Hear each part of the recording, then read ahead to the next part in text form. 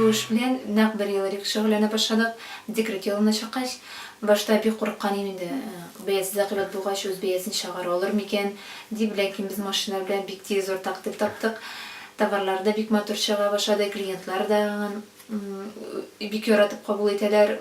Колларың алтын икән дигәч, күңел үсә, тагын да эшлисе килә башлый. Хәзер күп әйбер белән шөгыльләнеп булган дидек, менә бик яхшы матур тортлар пешерәләр. Викбам, бортиклар тегәләр, мочалкалар, кызларга төрле ободоклар, кул эшләре белән эшләнгән эшләр бик күп инде.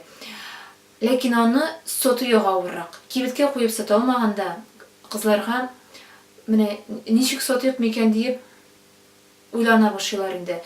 Безнең дә генә андай уй булды, һәм без үзебезнең группаларны создавать иттек ВКонтакте шелтәрендә. Ул безнең Мәрҗән вышивки Адрима дип тора, һәм шулай Инстаграм шелтәрендә безнең үзебезнең страница бар. Заказчиклар шунда керәләр, товарларны карыйлар, сайлыйлар. Аннар инде сорап бәяләрен сорап язгач, без ике арада килеш төзелә инде һәм заказлар кабул ителә. Заказларны авырлыкларына карап 2-3 көн әзерлим.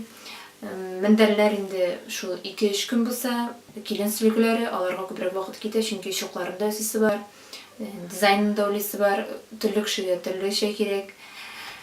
Минем уйлавымча, бүген көндә хатын-кызлар өчен бу бик уңай эш.